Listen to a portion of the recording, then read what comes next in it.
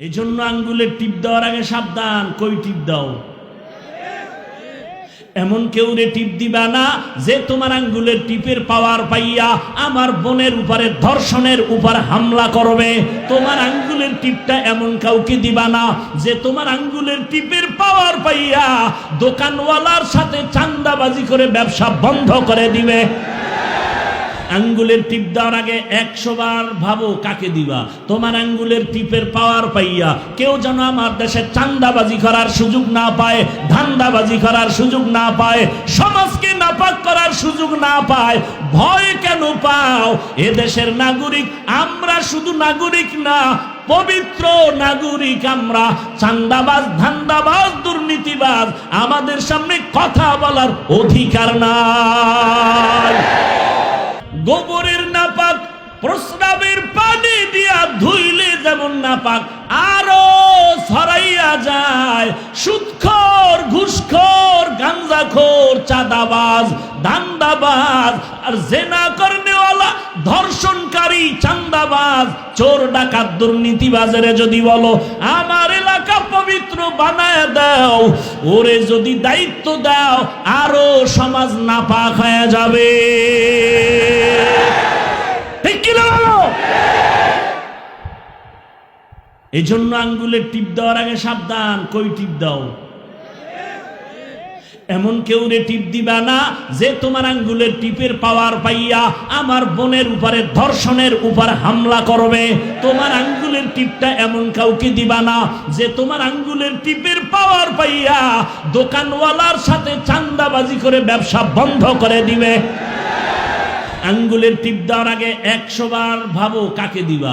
তোমার আঙ্গুলের টিপের পাওয়ার পাইয়া কেউ যেন আমার দেশে চাঁদাবাজি করার সুযোগ না পায়, ধান্দাবাজি করার সুযোগ না পায়, সমাজকে নাপাক করার সুযোগ না পায়। ভয় কেন পাও? এ দেশের নাগরিক আমরা, শুধু নাগরিক না, পবিত্র নাগরিক আমরা। চাঁদাবাজ, ধান্দাবাজ, দুর্নীতিবাজ আমাদের সামনে কথা বলার অধিকার নাই।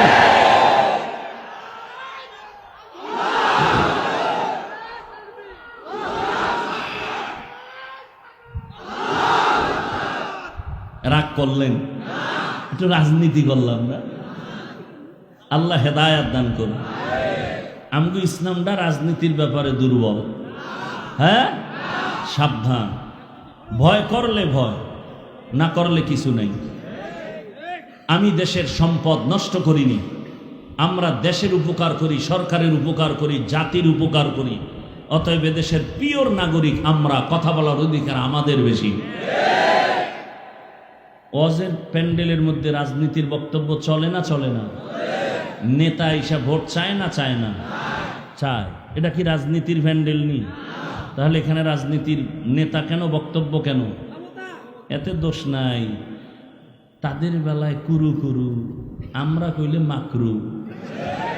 হ্যাঁ, আল্লাহ হেদায়াত দান করে। এত ভয় পান কেন? বক্তব্য কত চমৎকার। এই হুজুরের ওয়াজ শুনলে হবে না, আমল করা লাগবে। তখন পাবলিক খারায় যদি আপনার দাড়ি কই, মসজিদে যদি এই বয়ানগুলো দেয় আগামী জুমায় কোনো খতিব সাহেব, কেমন ঠেকবে? বলবে আপনি 1 মাসের জন্য ছুটি। ঠিক নি? বিষয় কি? শিয়ালের হাতে মুরগি। শিয়ালের হাতে, শিয়ালের হাতে মুরগি দিলে কয়দিন আমানত? 3 দিন। শিয়ালের হাতে মুরগি দিলে যা হবে, সুদখোর, ঘুষখোরের হাতে মাদ্রাসা মসজিদের চাবি দিলে তাই হবে। আল্লাহ হেদায়াত দান করুন। আপনারা পাবলিক হলেন নষ্ট, বড় নষ্ট। এদিক হুজুরের তাল দিয়া ওখানে তাল মিলাকা, হুজুরের চিন্তা করে কথা বলব না, আছে না নেই?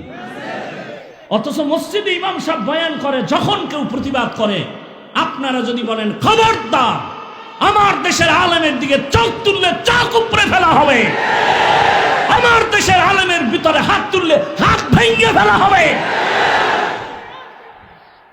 সব যদি এক আওয়াজ দেন, কোন মাস্তানের ক্ষমতা আছে কথা বলার?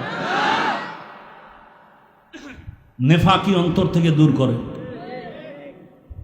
অন্যায় করেন করেন, না করেন না করেন, অন্তত ন্যায় যারা করে তাদের সাপোর্ট করেন। যারা সতের পথে আছে, হকের পথে আছে, তাদের সাপোর্ট দেবেন। রাজি আছেন? আল্লাহ কবুল করেন। 3 নম্বর হাদিসের আগাবো তো, মান আহাব্বা দুনিয়াহু আদাররা বিআখিরাতিহি ওয়া মান আহাব্বা আখিরাতাহু আদাররা বিদুনিয়াহু ফাআসিরু মা ইয়াবকা আলা মা ইয়াফনা। রহমতের নবী বলেন, ক্ষণস্থায়ী দুনিয়ার মায়া যারা অন্তরে ঢুকায় নিবা তার আখেরাত বরবাদ হয়ে যাবে, আর যারা আখেরাতকে অন্তরে জমা করবা তারা দুনিয়া দূর হয়ে যাবে।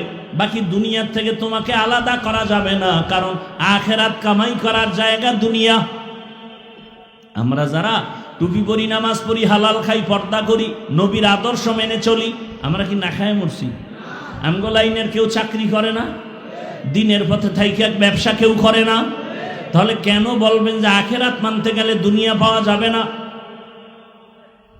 বড় যারা আখেরাত বাদ দিয়ে শুধু দুনিয়া দুনিয়া দুনিয়া নিয়ে দৌড়াচ্ছে, তাকায় দেখেন ওই 2 জিনিস মনে আসেনি। যারা দুনিয়া খুঁজে কয় জিনিস চায়? শান্তি আর সম্মান। ভালো করে খুঁজে দেখেন, এরা শান্তিতেও নাই, কোনো সম্মানেও নাই।